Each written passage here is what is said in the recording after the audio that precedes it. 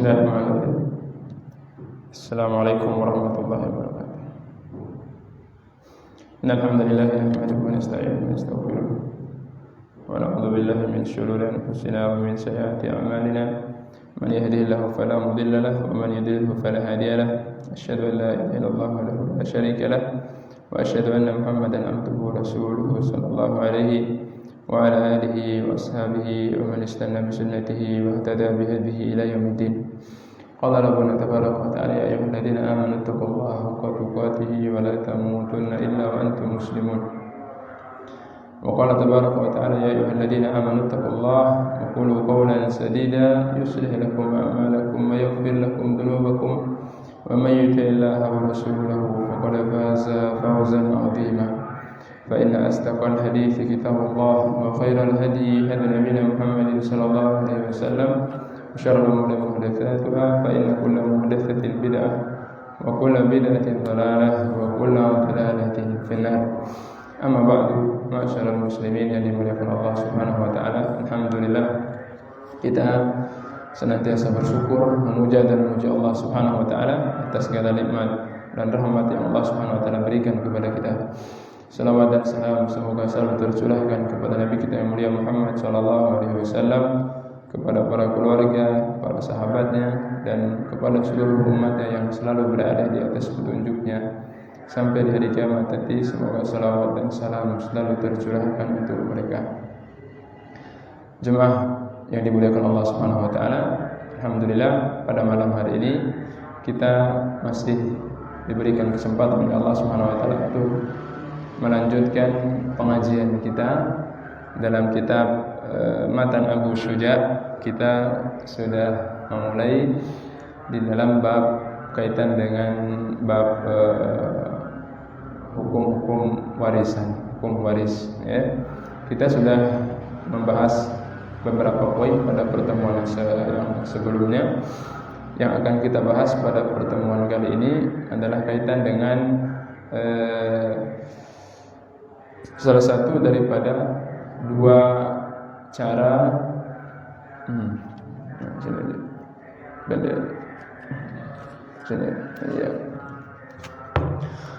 salah satu daripada dua cara orang itu mendapatkan warisan yang sudah kita sebutkan pada pertemuan sebelumnya bahwa ada dua cara di situ untuk mendapatkan warisan. Yang pertama dengan cara asobah, yang kedua dengan cara fardun. Dengan cara fardun. Fardun itu mudahnya adalah takaran atau ukuran yang sudah ditentukan dalam Al-Qur'anul Karim. Adapun asobah itu adalah ahli waris yang mendapatkan warisan dengan sesuatu yang tidak ditentukan jumlahnya. Nah, di sini kita akan sedikit mengulang tentang poin penting yang sudah kita sampaikan kemarin tentang daftar ahli waris atau keluarga-keluarga yang mendapatkan hak warisan. Kita gambarkan untuk memudahkan saja, umpamanya di sini kita kasih kotak di sini bagi dua. Ini yang meninggal. Ini orang yang meninggal. Yang meninggal itu tidak keluar dari kedua kemungkinan, entah dia istri ataupun suami. Kalau yang meninggal suami berarti ya ahli warisnya istrinya. Kalau meninggal istrinya berarti ahli warisnya adalah suaminya, begitu maksudnya. Kemudian dari suami atau istri ini kita tarik ke bawah, itu ada anak. Anak itu bisa laki atau anak perempuan. Nah, dari anak laki ini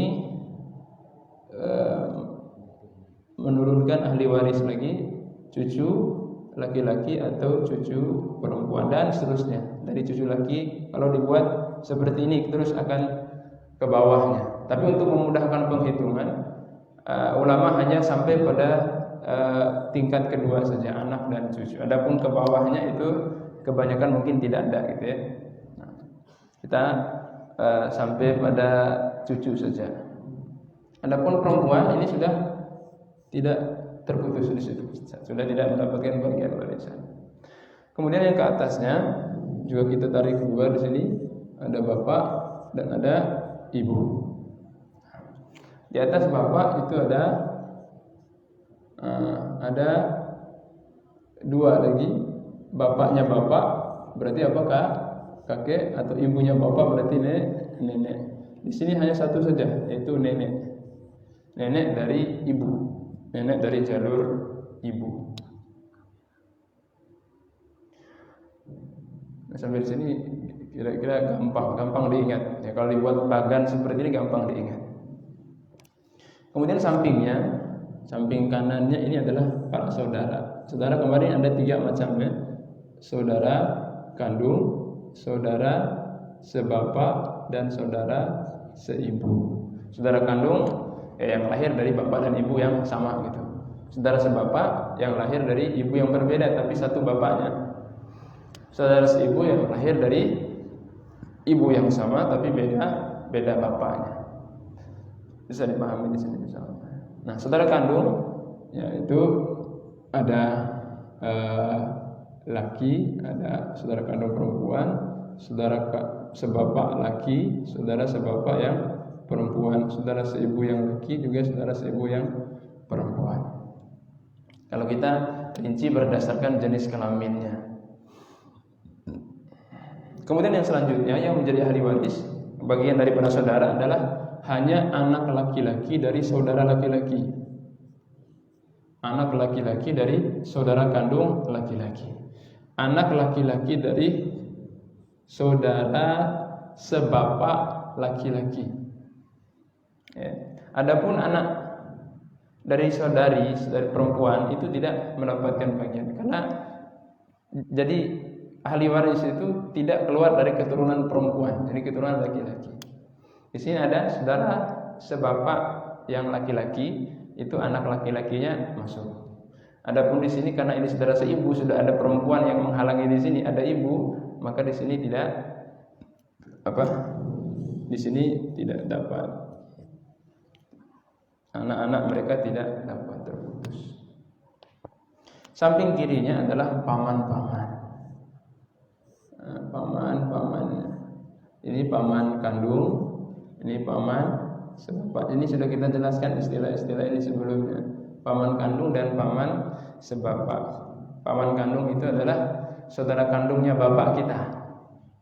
Paman kandung itu saudara kandungnya bapak kita. Bapak kita punya saudara kandung, nah itulah paman kandungnya kita. Paman sebapak itu bapak kita punya saudara sebapak. Bapak kita itu punya saudara sebapak. Nah, itulah yang dimaksud dengan paman sebapak kita. Mungkin kakek kita punya lebih dari 2 istri gitu ya. Sehingga istri pertamanya bapak kita, dari bapak kita, istri keduanya si A umpamanya. Berarti antara bapak kita dengan si A ini saling bersaudara tapi sebapak, bukan seibu. Adapun kita, beliau ini si A ini adalah sebagai paman kandung, itu paman sebapak kita. Dan ini anak laki-laki mereka.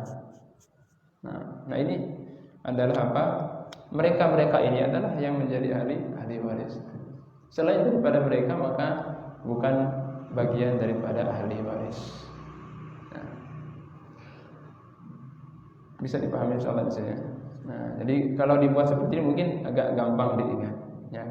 Jadi ini singkatan ini untuk memudahkan saja. Ini istri atau suami. Kalau yang meninggal suami berarti ahli warisnya adalah istrinya dan sebaliknya.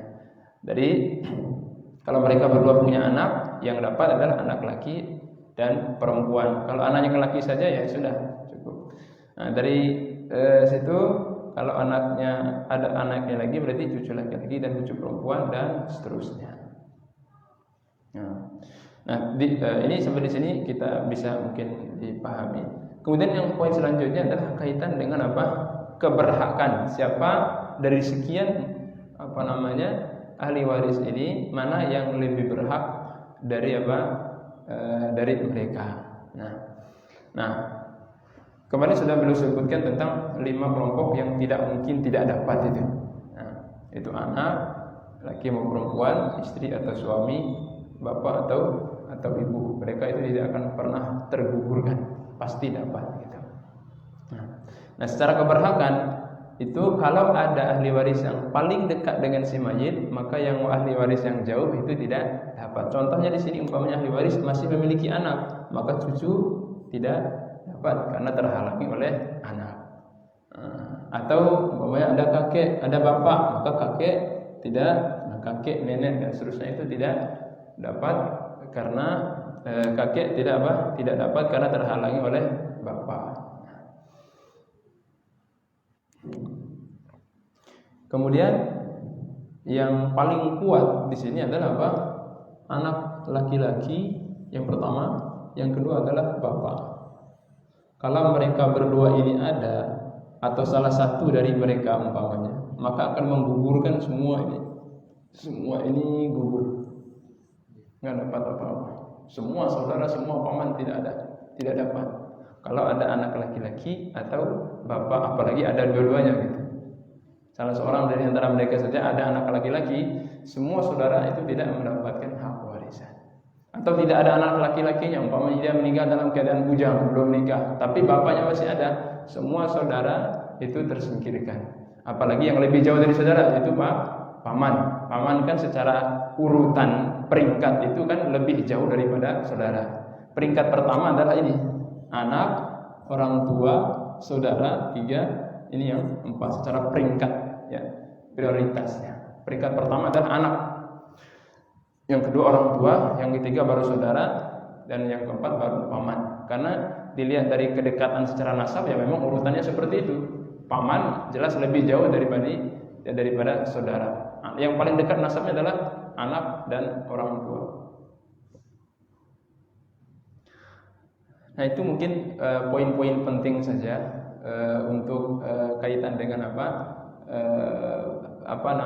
klasifikasi ahli waris dan siapa yang paling berhak di antara mereka. Karena ini sangat penting sekali sehingga nanti ketika berkumpul semua keluarga yang ada ini, kita bisa melihat di antara mereka ini siapa yang paling berhak untuk mendapatkan warisan. Kita ulangi sekali lagi. Di antara poin-poin pentingnya adalah apa? Ini kalau ada anak laki-laki atau bapak, maka akan atau salah satu di antara keduanya akan menggugurkan semua ahli waris yang lain yang berupa saudara ataupun paman-paman itu. Kalau anak perempuan, kalau di anak perempuan ada, maka tidak menggugurkan, mereka hanya mengurangi jatahnya saja. Umpamanya meninggal dunia tidak ada anak laki, hanya anak perempuan saja umpamanya, hanya ada anak perempuan saja, bapak pun tidak ada, hanya ibu saja. Anak perempuan atau ibu ini tidak menghalangi saudara-saudara ini untuk mendapatkan warisan. Cuman mungkin bagiannya hanya sedikit saja karena masih banyak bagian anak perempuan. Nah, berapa bagian ini yang menjadi poin kedua kita ini. Tapi harus kita minimal sedikit ada gambaran dulu poin ini. Ini langkah awal. Sebelum nanti dibagi berapa persentasenya, harus diketahui dulu siapa yang berhak untuk mendapatkan warisan dulu. Masalah bagiannya berapa itu langkah kedua. Langkah pertamanya adalah apa? Harus kita ketahui dulu siapa di antara keluarga yang banyak ini yang mendapatkan warisan. Baru setelah itu langkah kedua kita memberikan hak atau persentase warisan mereka. Nah, sampai di sini mungkin jelas insyaallah ya. Kemudian poin yang selanjutnya adalah cara mendapatkan harta warisan itu ada dua cara. Yang pertama itu dengan asobah. Yang kedua dengan fardun. Asobah itu yang tidak ada persentasenya, bisa dia banyak atau sedikit, bisa dapat semua atau bisa tidak dapat sama sekali. Itu dia relatif, ya, tidak ada ketentuan secara persentasenya. Ya, siapa saja mereka nanti kita akan bahas. Yang kedua adalah fardun, yang sudah ada ketentuannya dalam Al-Quran, yang sudah kita ambil contohnya kemarin dalam Al-Quran surat An-Nisa ayat 11 itu ada ketentuan secara persentasenya. Nah, Berapa saja persentase yang ada dalam Al-Quran? Itu kemarin ada berapa? Ada 6 ya.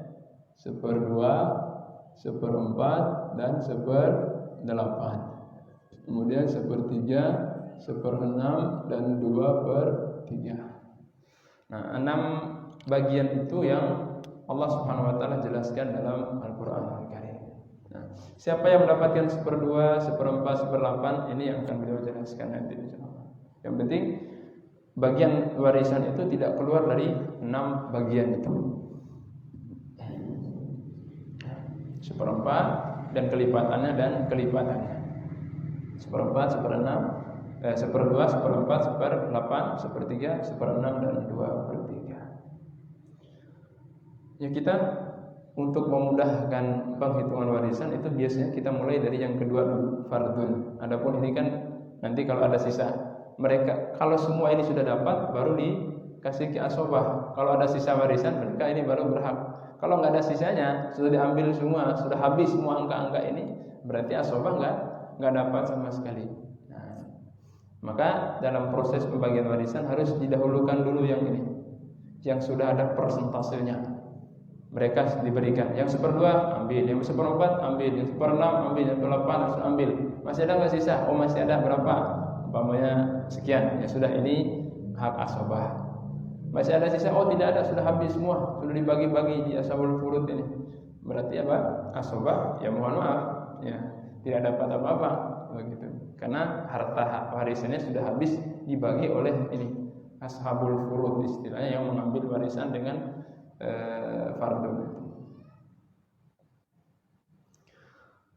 Nah, ini sengaja saya tidak hapus ini karena akan terpakai terus ini. Konsep ini akan terpakai terus nanti dalam perhitungannya.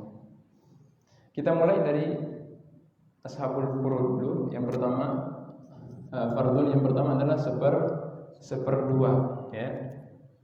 Ya tulis mungkin di sini 1/2. Siapa saja yang 1/2? Di sini beliau sebutkan wal furudul muqaddaratu fi kitabillahi ta'ala sittatun. Fardun yang sudah ditentukan dalam kitab Allah, dalam Al-Qur'an Al-Karim ada 6 kata beliau. Nisfun itu 1/2, rubu' 1/4, as-sumun 1/8, as-sulutsani 2/3, was-sulus 1/3, was-sudus 1/6. Seperti yang saya tulis di sini. Itu 6 bagiannya. Kemudian beliau merinci satu persatu. Bagian yang pertama yaitu an-nisfu, yaitu separuh atau 1/2. Fan-nisfu fardu khamsah.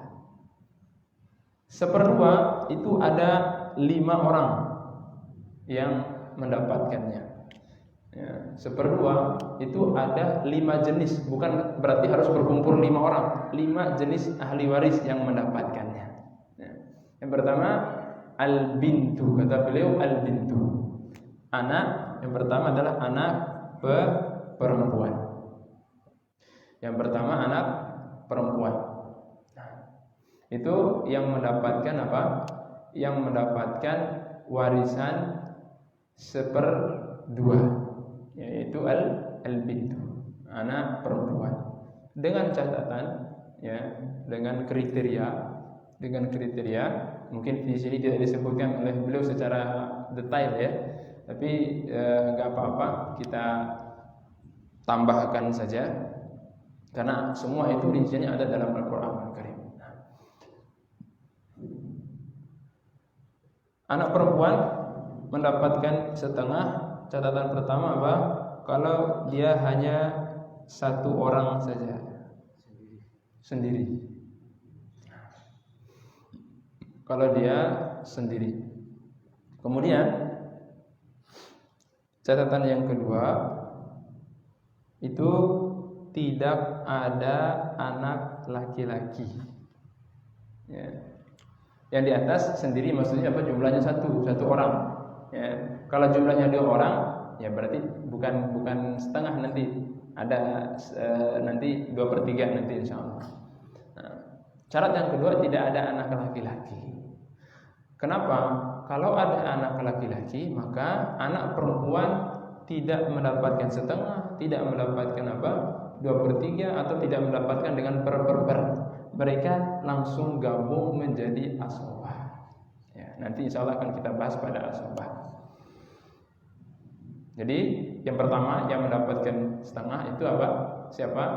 Anak perempuan, dengan 2 catatan, apabila dia berjumlah 1 orang atau sendiri. Yang kedua, apabila tidak ada anak laki-laki yang menyertainya. Umpamanya ada bapak A, dia ini umpamanya apa? Ada seorang meninggal dunia, meninggalkan seorang anak perempuan, ya, seorang anak perempuan dan istri umpamanya. Hanya itu saja ahli warisnya. Anak perempuan mendapatkan berapa? 1/2. Istri nanti akan kita jelaskan setelah itu, nanti 1/8 nanti. Nah, jadi jumlahnya apa? 1/2 yang pertama yang mendapatkannya adalah anak perempuan.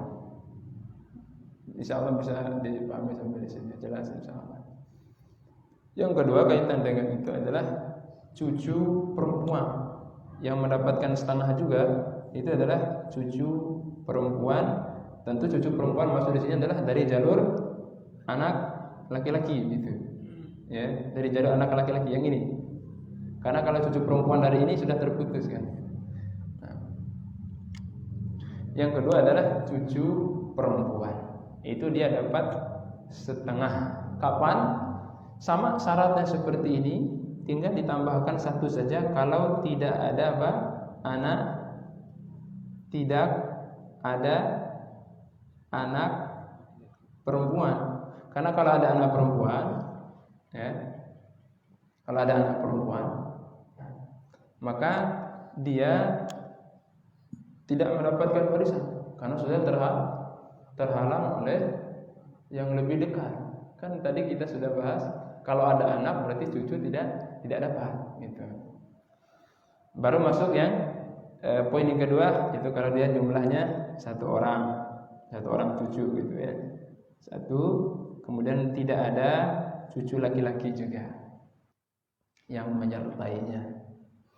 Itu yang kedua. Bisa dipahami di sini insyaallah ya. Contohnya apabila ada si ibu meninggal dunia, meninggalkan seorang suami, seorang anak perempuan, seorang cucu perempuan, kemudian anak laki-laki, cucu perempuan, dan seterusnya. Nah, itu saja. Dia meninggalkan istri. Istri berapa? Nanti kita bahas. Ini belum kita bahas. Anak perempuan berapa dapatnya? 1 orang anak perempuan, ya, 1/2. Tapi dilihat secara komprehensif kalau ilmu hadis itu. Di sini ada anak laki-laki. Syaratnya tadi anak perempuan dapat 1, dapat setengah apa? Tidak ada anak laki-laki. Kalau ada anak laki-laki berarti dia tidak dapat setengah. Nah, nanti mereka bergabung menjadi asobah. Cucu perempuan dapat atau tidak? Dapat atau tidak cucu perempuan? Tidak dapat. Kenapa? Karena terhalangi oleh anak. Nah, karena masih ada anak berarti cucu tidak dapat bagian apa-apa. Nah, bisa dipahami insyaallah ya.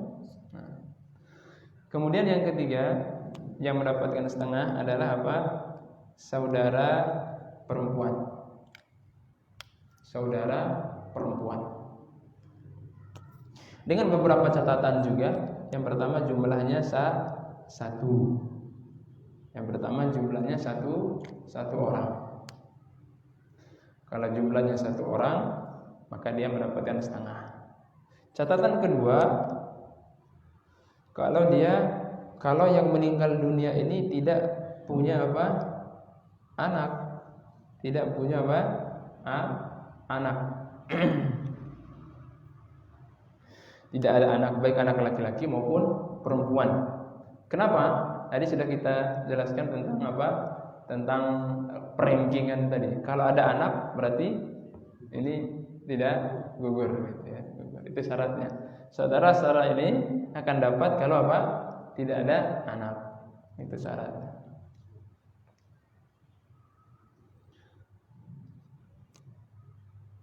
Syarat yang ketiga itu tidak ada bapak. Maksudnya tidak ada bapak dari yang meninggal dunia. Kenapa? Tadi sudah kita jelaskan juga secara perankingan. Ya, kalau ada bapak berarti para saudara itu apa? Tergugurkan. Entah saudara laki maupun saudara perempuan semua akan gugur ketika ada bapak. Apalagi paman gitu ya. Nah, paman berarti apa? Lebih jauh lagi. Saudara saja sudah gugur, paman juga otomatis sudah gugur. Syarat yang keempat, kalau tidak ada saudara laki-laki. Kalau tidak ada saudara laki-laki.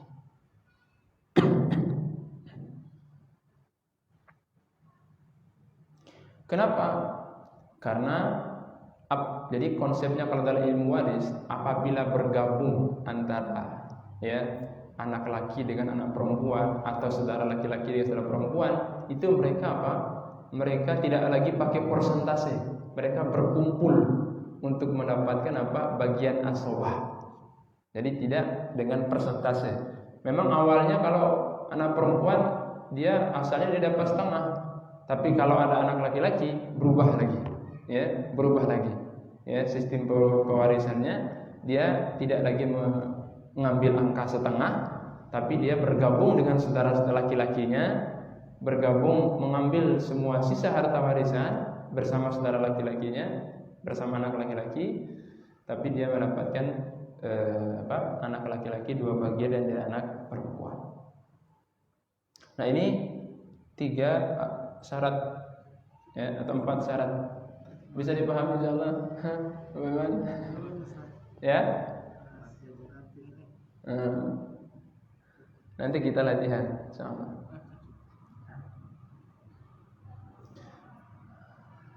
Atau kita hapus dulu ya di sini ya. Kita buat latihan di sini. Ada si siapa? Abdullah, Bapak Abdullah meninggal dunia, meninggalkan seorang istri, 1 orang istri ya, nanti kalau 4. Nah, kemudian 1 orang anak laki-laki, 1 orang anak perempuan, 2 orang cucu laki, ya. Iya jelas nih kalau sudah cucu itu sudah dari jalur anak laki-laki. Kemudian 1 saudara laki-laki dan saudara perempuan. Nah, ini klasifikasi daftar ahli waris dari keluarga yang ada. Sebelum pembagian, apa langkah yang kita ambil tadi? Diurut dulu secara perankingan. Yang paling berhak ini di antara 5 orang ini siapa? Apakah mereka dapat semua ataukah ada yang tidak dapat karena terhalangi oleh ahli waris yang lebih berhak? Istri ya dapat ya. Tidak mungkin tidak dapat kalau istri. Berapa nanti kita bahas. Anak laki-laki dapat. Anak perempuan ya, anak perempuan dapat. Dapatnya berapa?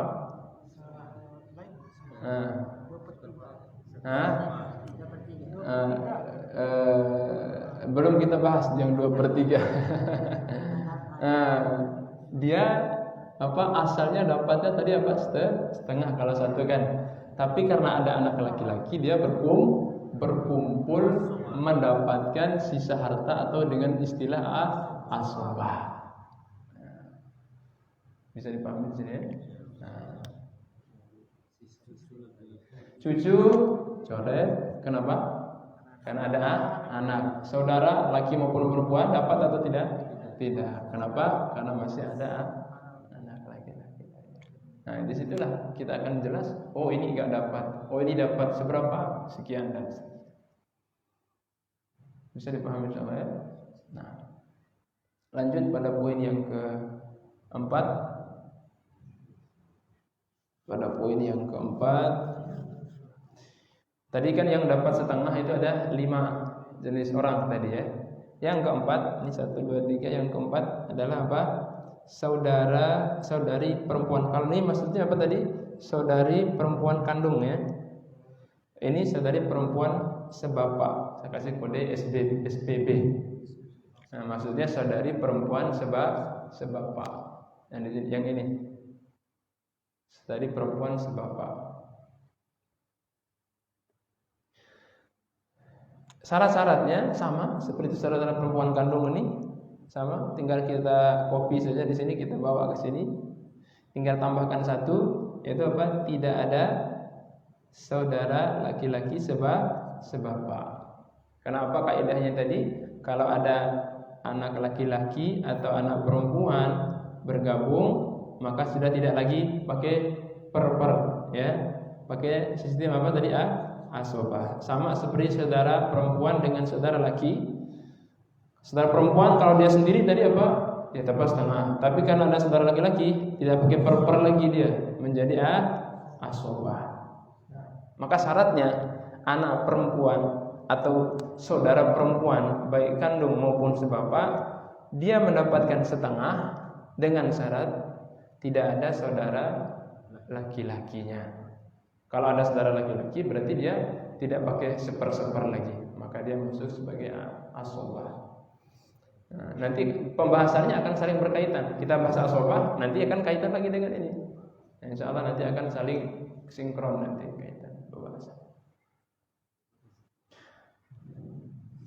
Yang terakhir, yang kelima, yang mendapatkan setengah adalah suami.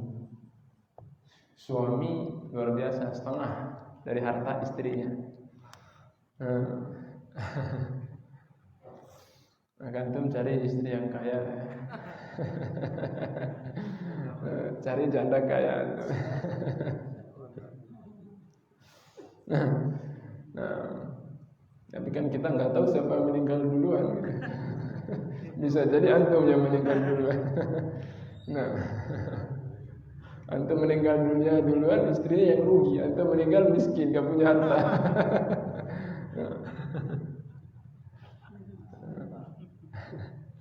Yang kelima yang dapat separuh itu apa?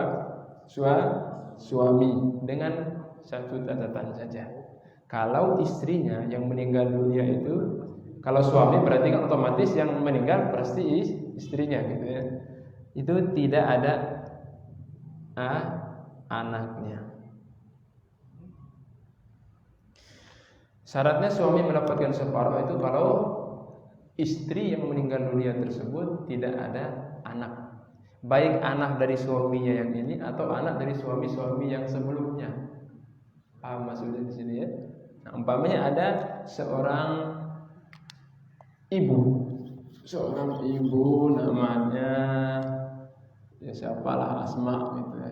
Namanya Asma, meninggal dunia meninggalkan suami, satu anak perempuan dan bapak namanya. Atau ya nggak apa-apa lah.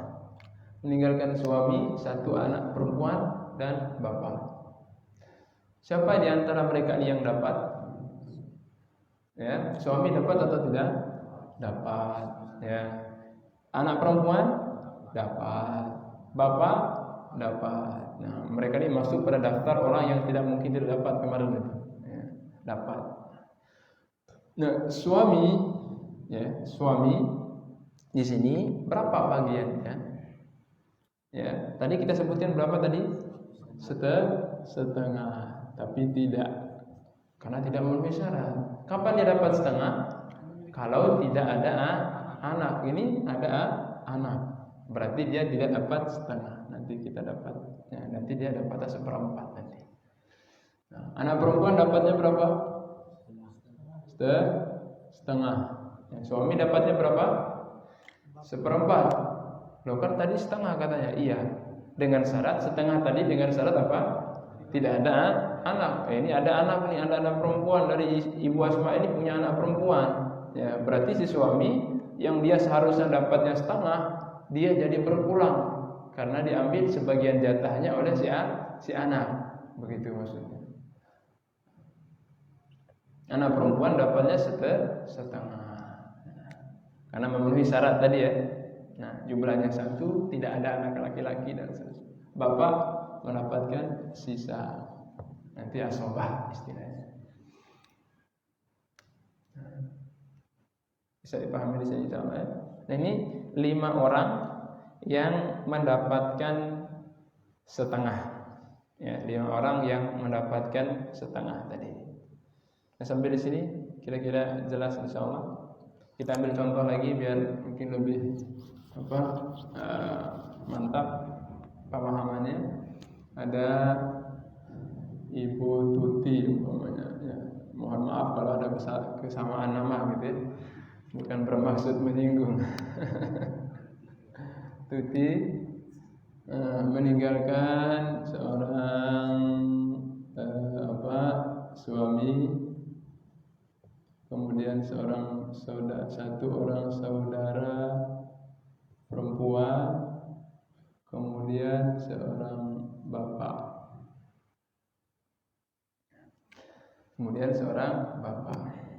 Nah, kita klasifikasi dulu mana yang dapat dan mana yang tidak dapat, atau dapat semuanya atau tidak dapat semuanya gitu ya. Suami dapat atau tidak? Dapat. Anak perempuan, saudara perempuan? Dapat atau tidak dapat? Ya? Lihat rumusnya ini. Lihat rumus ini, rankingannya.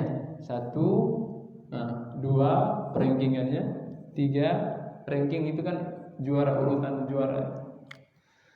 Ada bapaknya tidak dapat. Mumtaz, masya Allah. Ya, saudara perempuan berarti tidak dapat. Kenapa? Karena ada bapak lebih unggul, karena nomor 2 dia. Dia menghalangi semua. Ini sengaja saya kasih bulat di sini. Dua-duanya anak laki-laki dan bapak menghalangi semua jenis saudara. Berarti saudara perempuan tidak dapat karena terhalangi oleh bapak. Suami di sini berapa dapat bagiannya? Berapa? Setengah. Kenapa setengah? Mumtaz, masya Allah. Karena tidak ada anak. Nah, di sini suami dapat setengah. Kenapa? Karena Ibu Tuti tidak punya anak dari suaminya ini, mandul. Umpamanya seperti itu. Atau punya anak tapi sudah meninggal dunia, ya, dan seterusnya begitu ya. Jadi kalau sudah meninggal tidak ada bagian warisannya.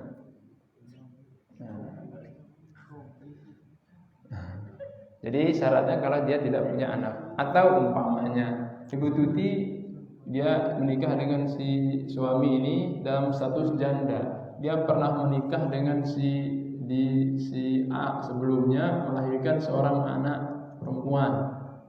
Ya. Nah, di sini statusnya apa? Ibu Tuti memiliki anak perempuan meskipun bukan dari suami yang masih hidup ini, masih aktif ini, gitu ya. Berarti si suami sekarang dapat setengah atau seperempat? Seperempat, karena ada anak perempuan. Jangan suami bilang, oh ini kan bukan anak dari saya. Ya, itu bukan alasan. Ya. Mau anaknya dari Anda ataupun dari suami yang lainnya, yang penting kan anak. Itu tidak terputus dengan si ibunya ini. Ya. Kan tidak akan terputus. Ya. Maka statusnya dia mendapatkan seperempat, tidak seperempat. Bisa dipahami soalnya ya? Tentu. Itu kalau harta bawaan dari istri. Iya, yang diurus di sini kita sudah bahas pada pertemuan sebelumnya adalah apa? Kalau yang meninggal dunia si istri berarti yang dibahas adalah harta istrinya. Harta istrinya. Ya.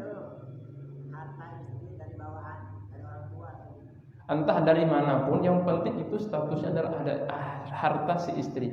Entah dari diberikan oleh orang tuanya, atau dia bekerja, punya penghasilan, atau dia sisa-sisa nafkah yang diberikan dari suaminya dia tabung. Itu kan jadi harta istri juga gitu. Kita kasih nafkah setiap bulan umpamanya 100.000, 1 juta umpamanya, tapi istri bisa nabung gitu uang belanjanya gitu. itu jadi harta dia juga. Atau dia punya usaha, ya, dia punya usaha, dia punya penghasilan sendiri selain dari suaminya, maka itu jadi bagian harta dia juga. Ya. Kalau usaha bersama suaminya, Nah, usaha bersama itu harus dibagi dulu secara persentase. Berapa modal suami, berapa modal istri, berapa persentase bagian dari usaha suami dan istri. Jadi tidak ada sebenarnya yang namanya usaha bersama dengan tanda kutip bahwa itu kepemilikan bersama. Tidak, harus dibagi dulu. Semacam itu sebuah perusahaan yang memiliki yang memiliki aset masing-masing, saham lah istilahnya. Berapa? Umpamanya ada toko apalah gitu ya, usaha apa begitu, ini dikelola oleh suami dengan si istri. Nah, usaha ini diambil dari modal siapa? Modal suami. Nah, berarti yang punya usaha adalah suami. Istri hanya sekedar membantu, berarti istri ya statusnya hanya mendapat bagian dari ya hanya membantu tadi. Kalau istri membantu dengan sukarela, tidak ingin mendapatkan upah, ya itu ya untung suaminya. Berarti murni kepemilikan usaha ini adalah suami. Tapi kalau istri, saya juga mendapatkan bagian sebagai apa? Sebagai karyawan. Anda hanya sebagai karyawan, istri. Ya, kenapa? Karena semua modal usaha ini dari milik saya sebagai suami, begitu. Jadi tidak ada istilahnya tadi kepemilikan bersama. Harus diperjelas kalau dalam syariat itu. Ini rumah ini milik siapa? Ya. Dari secara syariat harus seperti itu. Umpamanya mereka berdua sama-sama membangun sebuah rumah. Nah, suami sama istri sama-sama bangun rumah. Kira-kira ini rumah ini secara kepemilikan kan tidak mungkin dimiliki oleh dua orang, ya. Masing-masing memiliki bagian dari rumah ini. Berapa persen bagian suami sesuai dengan uang yang dia masukkan, investasikan ke dalam pembangunan rumah itu. Umpamanya dari pondasi sampai tembok itu uang suami, atap, finishing dan seterusnya itu uang istri. Ya segitulah uang haknya istri itu dalam rumah itu, dalam kepemilikan rumah itu. Berarti sarana yang ada sekarang itu, orang itu membuat pembagian harta pranikah dengan setelah menikah. Kalau ya itu istilahnya harta gonogini istilahnya. Ya itu kan ya. Itu yang menjadi warisan. Nah, harta gonogini itu yang menjadi warisan. Apakah harta gonogini itu bukan warisan? Harta gonogini itu yang dimaksud adalah harta yang mereka dapatkan sejak mulai mereka membangun rumah tangga. Itu kalau yang Anda pahami gitu. Harta yang didapatkan ketika mereka menjalin hubungan rumah tangga. Ya, makanya kan ada pranikah itu sebelum menikah itu ada hartanya dulu, ada sertifikat hartanya. Setelah menikah dua juga harta mana saja yang diperoleh setelah menikah. Ada dua harta. Ya. Yang dimaksud warisan itu apakah dua-duanya atau untuk bagian suami istri loh? Misalnya harta warisan itu semua aset milik salah satu dari kedua belah pihak, baik dia dapatkan sebelum menikah ataupun setelah menikah. Umpamanya ada seorang laki-laki menikah dengan seorang perempuan baru 1 atau 2 hari setelah menikah mereka. Perempuan ini berasal dari keluarga kaya, dia mendapatkan warisan 1M dari bapaknya. Baru menikah 2 hari, apa sih yang didapat oleh keluarga 2 hari gitu? Meninggal dunia. Apakah si suami ini mendapatkan bagian dari 1M? Dapat. Nah, kan itu harta istri, ya. Dari manapun dia mendapatkannya, begitu. Pokoknya semua harta suami atau istri. Atau juga sebaliknya, seorang perempuan miskin ini menikah dengan laki-laki kaya, baru 2 hari menikah, belum ada usaha kan seks, umpamanya, hanya bermodalkan harta suami yang dia dapatkan sebelumnya. Apakah si istri dapat juga? Jelas dia dapat. Ya, tapi mungkin tidak katakan harta gonogini. Ya, tapi tetap harta laki-laki. Nah, ya mungkin kaitan itu dengan ketika mereka cerai. Kalau meninggal itu warisan. Nah, itu pun kalau perceraian itu sebenarnya tidak pakai gonogini, harus tetap pakai persentase tadi.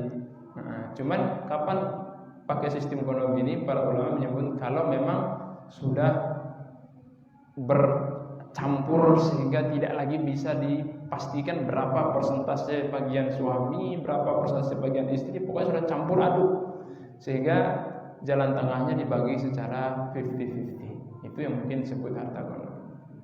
Dibagi secara 50-50 gitu. Suami 50, istri 50. Itu langkah terakhir. Tapi kalau ada data, ada berkas-berkas tentang aset-aset suami sekian dan seterusnya, ya sudah, itu menjadi aset suami. Ya, itu mungkin poin pertama, baru 1 ya. Nah, nanti tinggal 5 bagian, tapi beberapa bagian mudah untuk dipahami. Kesimpulannya tadi yang mendapatkan setengah ada 5 orang, anak perempuan, cucu perempuan, saudara perempuan kandung, saudara perempuan sebapak, dan suami dengan syarat dan ketentuan yang sudah kita sebutkan tadi. Itu mungkin yang kita bahas pada pertemuan kali ini. Semoga ada manfaatnya.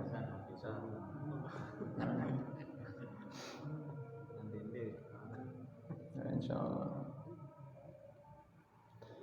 Ya, sambil kata nanti praktek itu akan muncul mungkin dari diskusi itu kita akan muncul nanti sedikit demi sedikit pemahamannya. Memang yang begini ini tidak langsung mungkin sekali disampaikan bisa dipahami. Tapi kalau sering dipraktekkan dengan contoh-contoh kasus seperti tadi, insya Allah bisa dipahami. Yang penting konsep-konsep dasarnya tadi sudah kita dipahami. Ahli warisnya siapa saja, secara perankingan siapa yang lebih berhak. Setelah itu baru dikasih persentase mereka. Wallahu ta'ala, mungkin kita cukupkan pembahasan kita sampai sekian kan sudah masuk waktu Isya. Semoga ada manfaatnya. Sallallahu alaihi Muhammadin wa ala alihi washabihi ajma'in. Subhanakallahumma wa bihamdika asyhadu an la ilaha illa anta astaghfiruka wa atubu ilaik. Assalamualaikum warahmatullahi wabarakatuh.